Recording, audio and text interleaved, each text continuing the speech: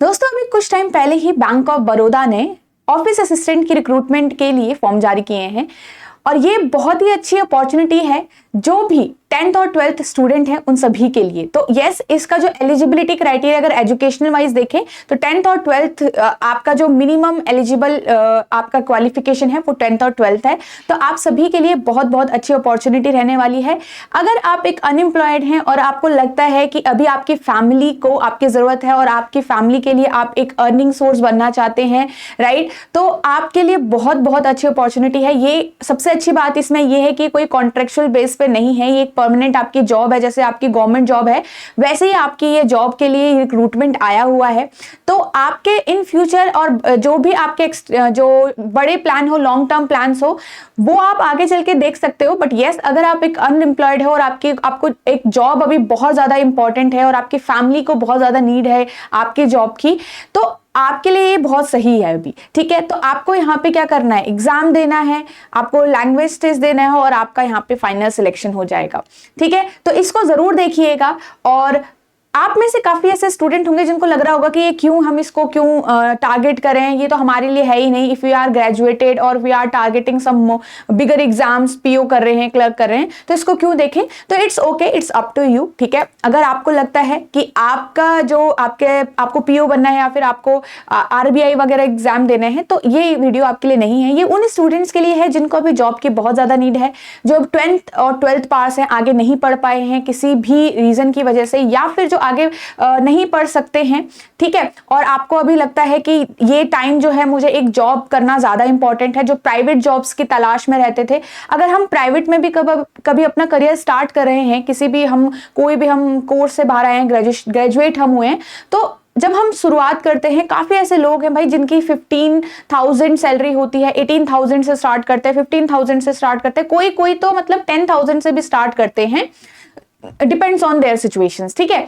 तो यहाँ पे आपके लिए बहुत बहुत अच्छी अपॉर्चुनिटी है ये, क्योंकि इसकी जो सैलरी है वो बेसिक सैलरी भी आपकी 20K अराउंड है। तो आप ये देख सकते हो कि यहाँ पे सैलरी भी आपका अच्छा है और आपको एक परमानेंट जॉब की अपॉर्चुनिटी भी मिल रही है। साथ ही इसमें आपकी मिनिमम एलिजिबिलिटी भी 10th पास 12th पास है। तो आपके लिए कितना अच्छा ये चांस रहेगा। तो चलिए इसमें सब कुछ समझते हैं। यहाँ पे इस फॉर्म के अंदर क्या क्या चीजें हैं, क्या क्या आपको नोटिफिकेशन मिलता है। सबसे पहले तो सबसे इंपॉर्टेंट बात, जो आपका ऑनलाइन रजिस्ट्रेशन है वो आपका 3 मई से स्टार्ट हो रहा है, ठीक है। तो 3 मई से आपका ये रजिस्ट्रेशन स्टार्ट हो रहा है। साथ ही इसका लास्ट डेट कब है ये भी ध्यान रख लो, क्योंकि अगर आपके मन में ये है कि मुझे ये पेपर देना है, क्योंकि इसमें जब आपको फाइनल सिलेक्शन लेना है तो आपको ये दोनों डेट्स याद रखनी बहुत बहुत ज्यादा इंपॉर्टेंट है। तो लास्ट डेट इसकी सबमिशन की है 23 मई 2025, ठीक है। तो स्टार्टिंग कब से हो रहा है, 3 मई से, और लास्ट डेट कब है, 23 मई इसकी लास्ट डेट है। चलिए अब आगे नेक्स्ट अगर हम इसमें देखें तो नेक्स्ट समझते हैं क्या चीज इसमें इंपॉर्टेंट है।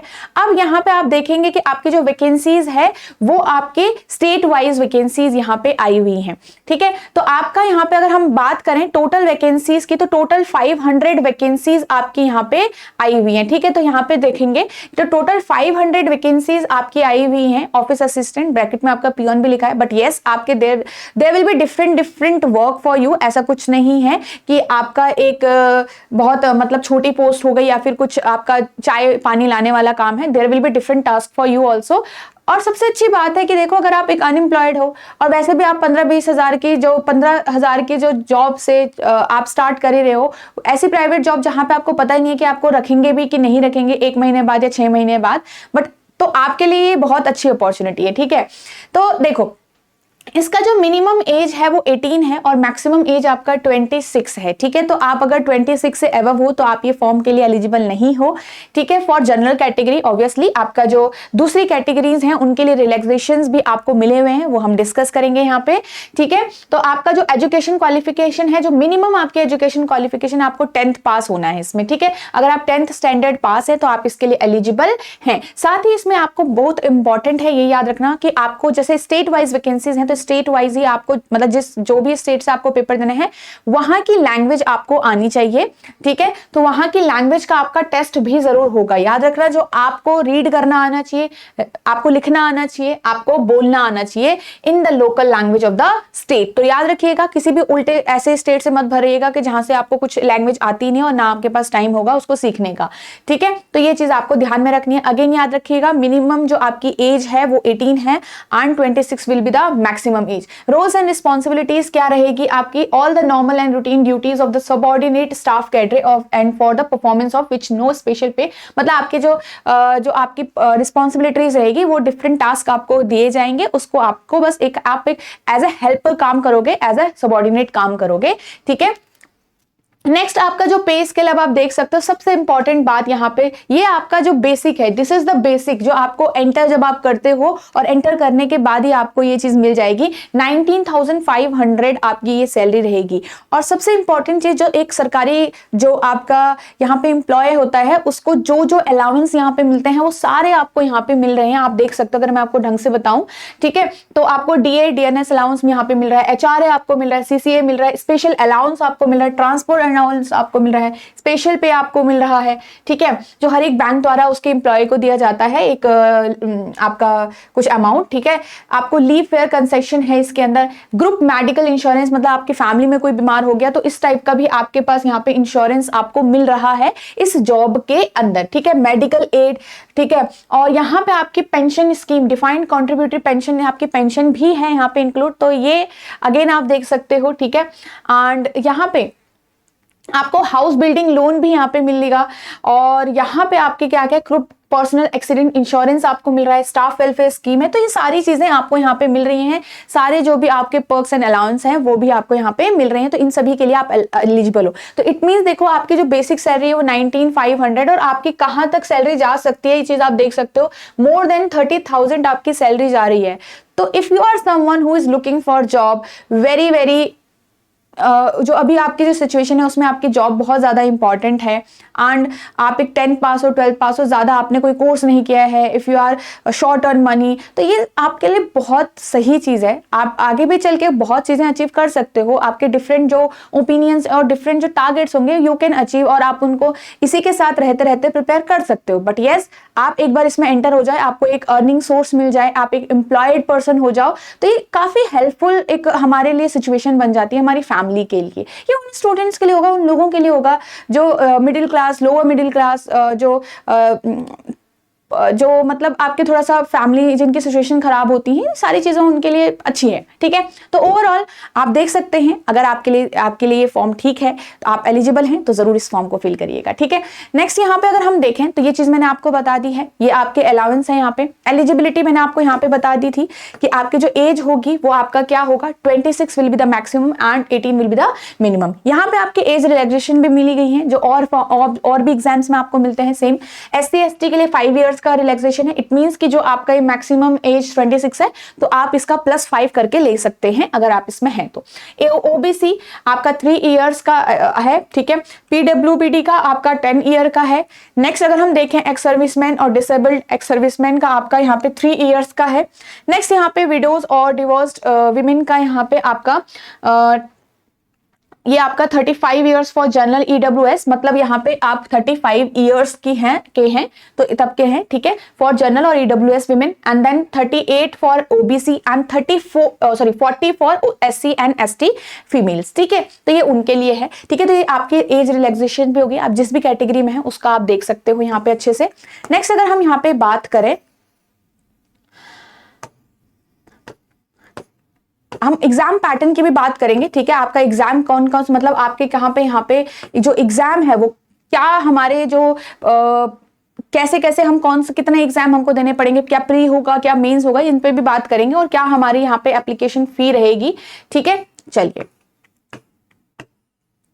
नेक्स्ट आपका यहाँ पे सबसे पहले ये बात कर लेते हैं एजुकेशन क्वालिफिकेशन में। जैसे मैंने आपको बताया आपका 10th पास होना चाहिए, मिनिमम जो आपकी एजुकेशन क्वालिफिकेशन है वो 10th पास है यहाँ पे, ठीक है। एसएससी और मैट्रिकुलेशन पास और इट्स इक्विवेलेंट एग्जामिनेशन, ठीक है। यहाँ पे तो ये आपको मिनिमम एलिजिबिलिटी पास करना ही पड़ेगा। एंड नेक्स्ट ऑल्सो कि आपका जो भी जिस स्टेट से आप फॉर्म फिल कर रहे हो, पेपर दोगे, वहां का आपको लैंग्वेज आनी चाहिए and there will be the test also. वहां पे आपका टेस्ट भी जरूर होगा जिसमें आपको बोलना, लिखना और यहाँ पे आपका रीड करने की एबिलिटी देखी जाएगी। नेक्स्ट आपके जो लिखा हुआ है यहाँ पे ऑल द एजुकेशन क्वालिफिकेशन, इसमें काफी स्टूडेंट होंगे कि कई अगर हम 12th क्लास में है तो हम क्या करें, या 10th क्लास में है तो आपका जो रिजल्ट है, देखो final result should have been declared on और बिफोर 1 मई 2025, मतलब 1 मई से पहले का रिजल्ट आपका डिक्लेयर हो जाना चाहिए। तो ये ध्यान रखना, ठीक है। 1 मई से पहले आपका, अगर आप फाइनल ईयर में भी हो या फिर 10th क्लास में हो इस टाइम पे, तो आपका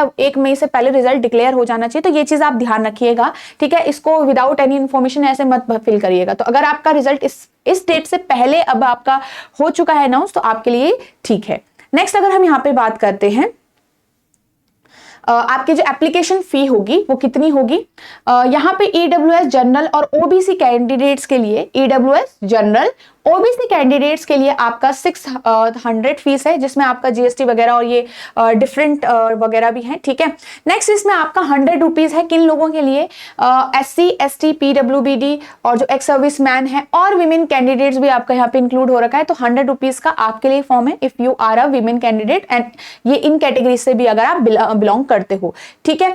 चलिए, तो यहां पे याद रखना जब तक आपकी फॉर्म की फीस सबमिट नहीं होगी आपका फॉर्म फिलिंग कंप्लीट नहीं हो माना जाएगा और यहां पे आपका प्रोसीजर पूरा नहीं रहेगा। तो याद रखना फॉर्म फिल आपको करना है, कौन कौन से कैटेगरीज के लिए आपका 600 है और 100 है, आप देख सकते हैं यहाँ पे अच्छे से, ठीक है। नेक्स्ट यहां पे आप बात करते हैं कि क्या हमारी पोस्टिंग का क्या रहता है। देखो, तो जिस भी स्टेट से आप फिल कर रहे हो, ठीक है, 1 सेकेंड,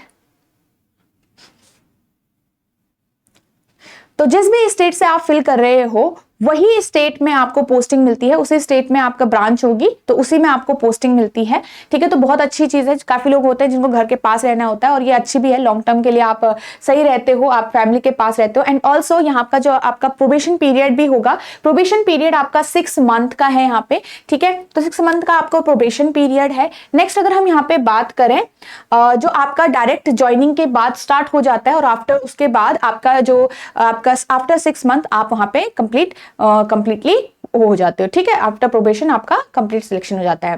नेक्स्ट आपका सिलेक्शन प्रोसीजर क्या है, यहाँ पे आपको एक टेस्ट देना पड़ेगा, ऑनलाइन टेस्ट है, उसके बाद सिंपल नो इंटरव्यू नथिंग, आपका ऑनलाइन टेस्ट है एक, उसके बाद लैंग्वेज प्रोफिशिएंसी टेस्ट देना है, खत्म, ठीक है। तो इंटरव्यू वगैरह कुछ भी नहीं है इसके अंदर, online test followed by a local vernacular language test आपको यहाँ पे देना है, ओके। नेक्स्ट अगर हम बात करें इस एग्जाम में पैटर्न क्या क्या होगा, मतलब कैसे होगा आपका ऑनलाइन जो टेस्ट होगा उसमें क्या क्या सब्जेक्ट होंगे आपके, तो आप देख सकते हो 4 सेक्शन है आपके, 4 सब्जेक्ट, तो जिसमें आपका है एक इंग्लिश लैंग्वेज, नेक्स्ट है आपका जनरल अवेयरनेस, एक है आपका arithmetic section, elementary arithmetic, it means कि आपका आसान रहेगा, बहुत डिफिकल्ट क्वांट्स नहीं आने वाली है यहाँ पे, तो बेसिक कैलकुलेटिव और बेसिक थिंग्स आपको यहाँ पे आएगी एलिमेंट्री अरिथमेटिक। साइकोमेट्रिक टेस्ट में यहाँ पे जैसे रीजनिंग लिखा है ब्रैकेट में, तो इट मींस रीजनिंग आपका यहाँ पे आने वाला है and there will be some easier level of questions in this part also. तो ये आपके 4 सेक्शन हो गए, आप देख सकते हो नंबर ऑफ क्वेश्चन हर एक सेक्शन में आपका 25 है, टोटल मार्क्स का आपका 100 मार्क्स का पेपर है, 100 क्वेश्चंस आपके मिलेंगे और यहाँ पे हर एक सेक्शन का आपको अलग अलग टाइम भी अलॉट किया गया, मतलब सेक्शनल टाइमिंग है भाई यहाँ पे। तो टोटल 80 मिनट्स का टाइम है, हर एक सेक्शन के लिए आपको 20 मिनट्स दिए गए हैं यहाँ पे, ठीक है।